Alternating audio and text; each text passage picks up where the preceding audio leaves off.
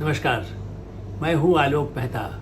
HSI में आपका स्वागत है। हमारा अनुरोध है कि आप HSI देखें, लाइक करें, सब्सक्राइब करें, मित्रों को, ग्रुप्स को फॉरवर्ड करें और उनसे भी आग्रह करें कि वे भी सब्सक्राइब करें ताकि अधिकाधिक दर्शकों तक नियमित रूप से हमारी बात पहुंचे और उनकी राय, आपकी राय कमेंट्स के रूप में हमको मिल सके।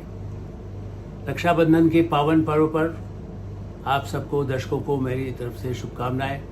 आपके मित्रों को, परिजनों को, समाज को इस बात के लिए शुभकामनाएं कि संबंध, रक्षा के जो सूत्र हैं, एक दूसरे की सहायता के लिए, एक दूसरे समाज में सौहार्द के लिए, सम्मान के लिए, एक दूसरे के बाद मित्रता के लिए और दूरगामी दृष्टि से संबंधों को प्रगाढ़ बनाए रखने के लिए इस पर्व पर रक्षा का सूत्र होता है प्रतीक। लेकिन ऐतिहासिक दृष्टि से भारत का यही एक पर्व है जब हम इसकी बात करते हैं। और इसलिए एक बार फिर हमने कल भी नेपाल की चर्चा की थी और नेपाल में फिर से एक और झील, फिर से उसका बलबा आने के या खतरा बना हुआ है। ये अलग बात है कि भारत सरकार बराबर नेपाल की सहायता के लिए प्रधानमंत्री नरेंद्र मोदी निरंतर और भारत के और मंत्री, रक्षा के मामलों के विशेषज्ञ सब लगातार, पर्यावरण के विशेषज्ञ भारत सरकार के साथ मिलकर के सहयोग कर रहे हैं। तो इस संकट की इस घड़ी में हजारों लोग मारे गए, सैकड़ों लोग, इसको कह सकते हैं कि उनका पता नहीं चल रहा है इसलिए मारे जाने ही कहा जाएगा, या उनका पता नहीं चल रहा है यही कहेंगे हम। लाशें तो कम मिलती है, जो मलबा कहाँ से कहाँ चला गया और अभी भी एक खतरा बना हुआ है। तो गांव खाली किए जा रहे हैं, रेस्क्यू ऑपरेशन अभी और कुछ खोदने के बजाय पहले उनको बचाने का कार्यक्रम गाँवों को खाली किया जा रहा है। नेपाल सरकार को पूरा सहयोग विदेश मंत्री उनके कह चुके हैं।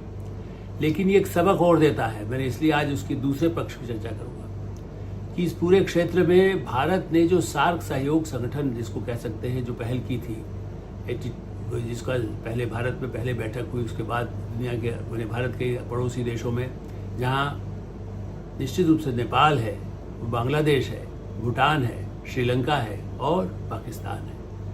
पाकिस्तान को अक्ल आने के लिए रक्षाबंधन पर एक बार फिर से मैसेज है। आपको याद होगा अकबर के ज़माने में भी जो उनको रक्षा सूत्र भेजने का काम किया गया था, मान सिंह का परिवार, मान सिंह तो उनके परिवार के थे। और इसी दृष्टि से ये आप देखिए कि जिस ढंग से इस परंपरा को आगे बढ़ाने की कोशिश हुई और उसी कड़ी में यह भी माना जाना चाहिए कि हम किस दिशा में आगे बढ़ रहे हैं। हमारे पड़ोसी देश बांग्लादेश, श्रीलंका, भूटान, मालदीव में भी जो बैठक हुई सार्क की, दक्षिण एशिया देशों संगठन की, साउथ एशिया जिसको हम कहते हैं, उनकी बैठक में मैं भी मौजूद था। तब नरेंद्र कुमार गुजराल वहाँ पर थे।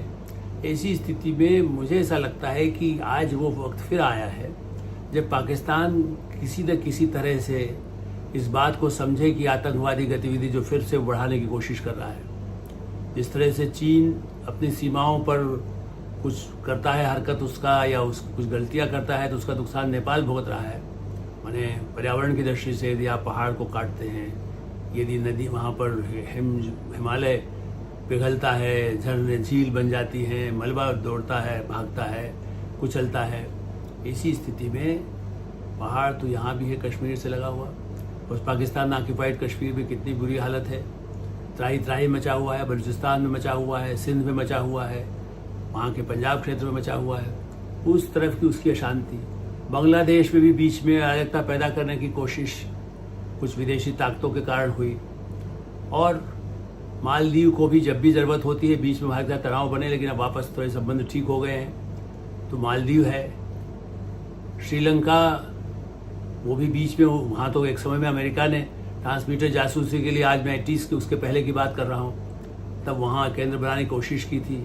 तो श्रीलंका में कितनी बार उलट पलट हुआ हमारे तमिल भाइयों को लेकर के, फिर बाद में तो वहाँ अभी भी हैं। इस भारत ने कभी उस बात के लिए सहयोग नहीं किया कि वो अलग अलग हो जाए।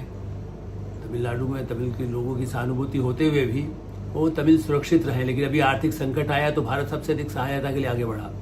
बांग्लादेश में कोई संकट आता है, भूटान में कोई संकट आता है, सीमा पर संकट आता है, प्राकृतिक विपदा आती है, तो ये समय है जब ये देश भी, जैसे यूरोप अपने साथ मिलकर काम करता है, पाकिस्तान को ही अब इन चारों और दूसरे जो देश हैं उनको दबाव बनाना चाहिए।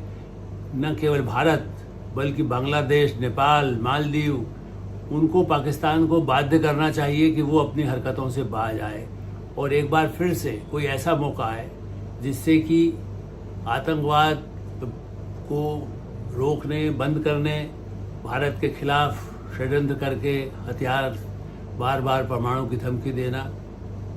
ये सही है कि सेनाध्यक्ष बन गए मुनीर, अब तो पूरा शासन हाथ में लेने की तैयारी कर रहे हैं। इमरान खान को जेल में रखकर कभी भी ऐसा लग सकता है कि वहाँ उनका ही, जैसे याह्या खान बना था भारत के खिलाफ, जिस तरह से जनरल मुशर्रफ ने भी बहुत हरकतें की भारत के खिलाफ, कहीं ऐसा ना हो कि मुनीर ही वहाँ पर सत्तारूढ़ हो जाए और लोकतंत्र नाम के लिए जो शरीफ है वो भी बिल्कुल ही पद से हटा दी जाए, इसके भी आसार हैं। ऐसी स्थिति में इन सब देशों में शांति सद्भावना तभी हो सकेगी, वरना पाकिस्तान हमारे इन पड़ोसी देशों को भी मुश्किल में डालेगा और खुद तो मुश्किल में पड़ता ही रहेगा। एडिटर साइड में हम यही विराम देते हैं। आप एडिटर साइड देखते रहें, लाइक करें, सब्सक्राइब करें, मित्रों को उसको फॉरवर्ड करें और आपकी कोई राय हो तो अवश्य अवगत कराएं। धन्यवाद, नमस्कार।